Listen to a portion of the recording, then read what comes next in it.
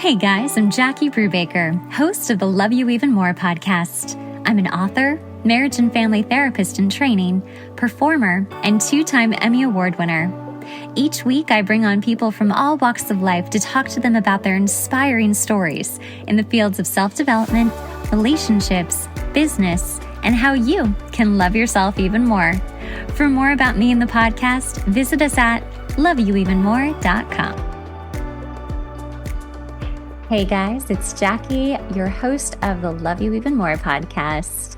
I hope you all had a wonderful summer. I certainly did. It was nice to take a little break, and I hope you got a chance to listen to some amazing reruns that we had. Some of my favorite episodes were run, and they're oldies but goodies. So I hope you had a great summer and welcome to fall. I thought I'd kick it off with something that has been creeping up for me recently, which is how to accept peace after trauma. So this can be on a wide spectrum of things, but in the most simplest way put, accepting peace after trauma can be really hard for some of us because you're waiting for the other shoe to drop. So when we've been through something difficult, like a breakup, a divorce, losing a job, moving, losing a loved one, health issues, you name it, it's really severely hit on our nervous system and we suffer, right? It's not fun. We're stressed out. Our cortisol levels are super high and we're just trying to survive to get to the next day. But once we get through the actual trauma and the healing is taking place and we're starting to feel normal again, what's really interesting is that because we're still kind of hypervigilant of what's going to happen next, could something go wrong? Could that person, come back or, whatever the situation may be, you fill in the blank.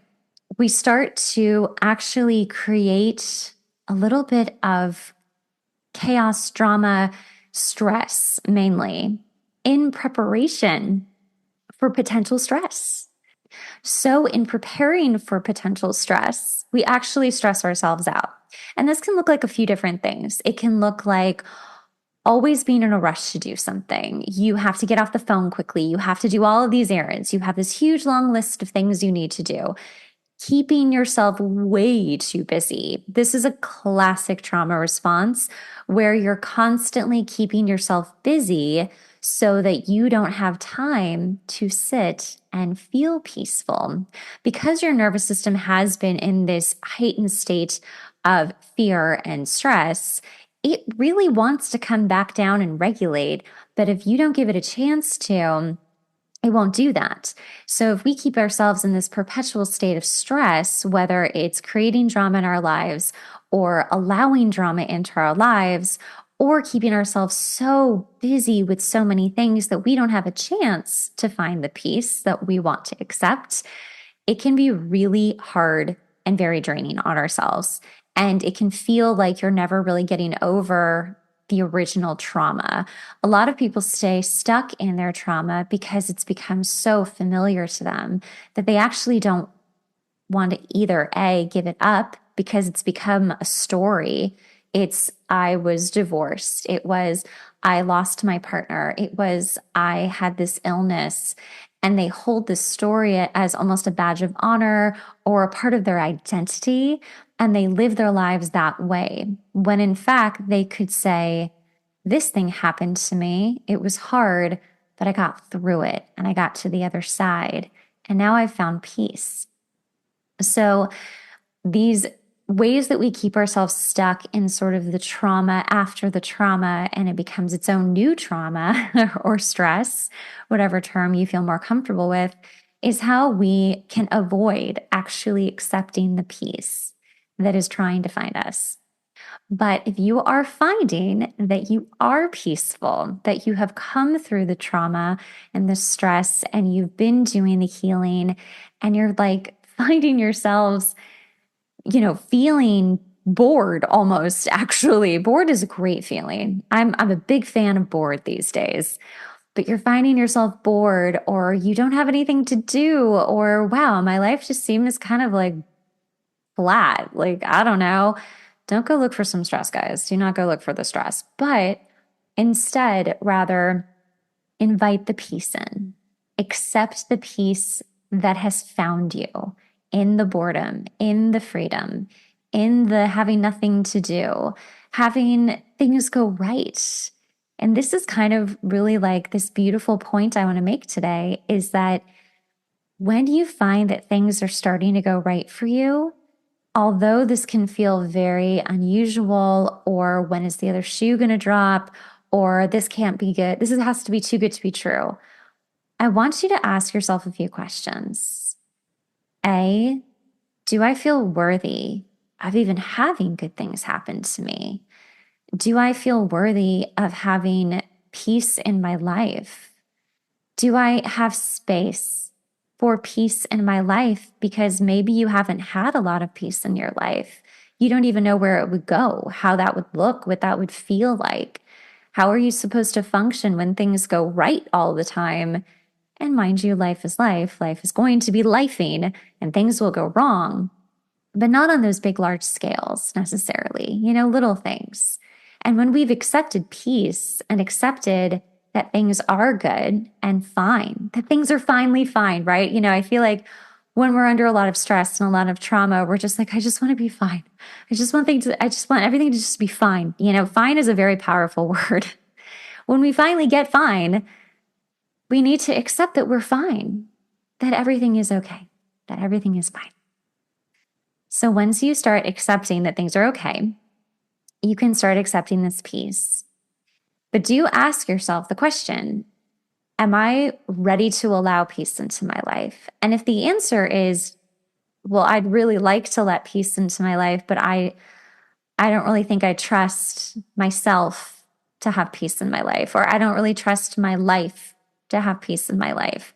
If you said something like, I don't really trust my life to have peace in my life, I want you to see what is going on in your life still, what people, circumstances, situations that are going on in your life still that are creating a sense of stress or a sense of fear that something bad might happen.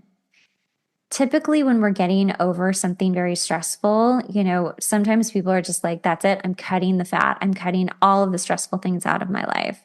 But if you haven't done that yet, now would be a good time to really evaluate your life and see what needs to be cut out.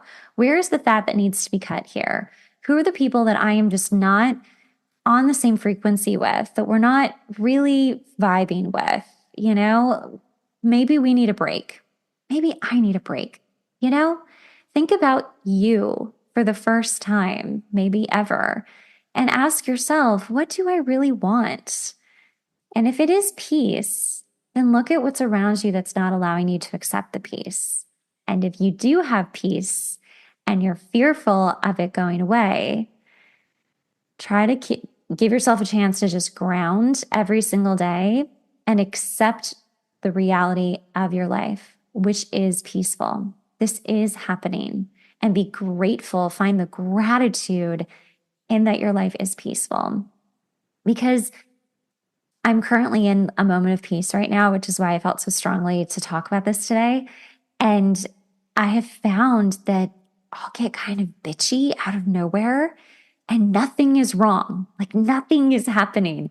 And I'm like, why am I kind of bitchy right now? This is so weird. Like, mind you, if you're a woman, just check your hormones, see where your cycle is, see what's going on. Maybe it could be that. But if it isn't, and you feel that you're getting kind of snippy and bitchy and you're just like almost annoyed for no reason, it could be that your nervous system is not excited to be in this peaceful, happy, things go right for me phase, and it's looking for that other shoe to drop.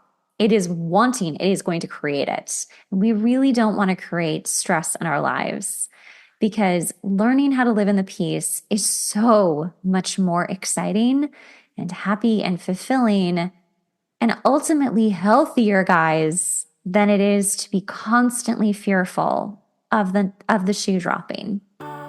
So at whatever stage you are at in finding your peace and accepting it into your life, go ahead and ponder some of the questions I've asked today and see where you're at and see what needs to be trimmed out of your life if it's still kind of stressful.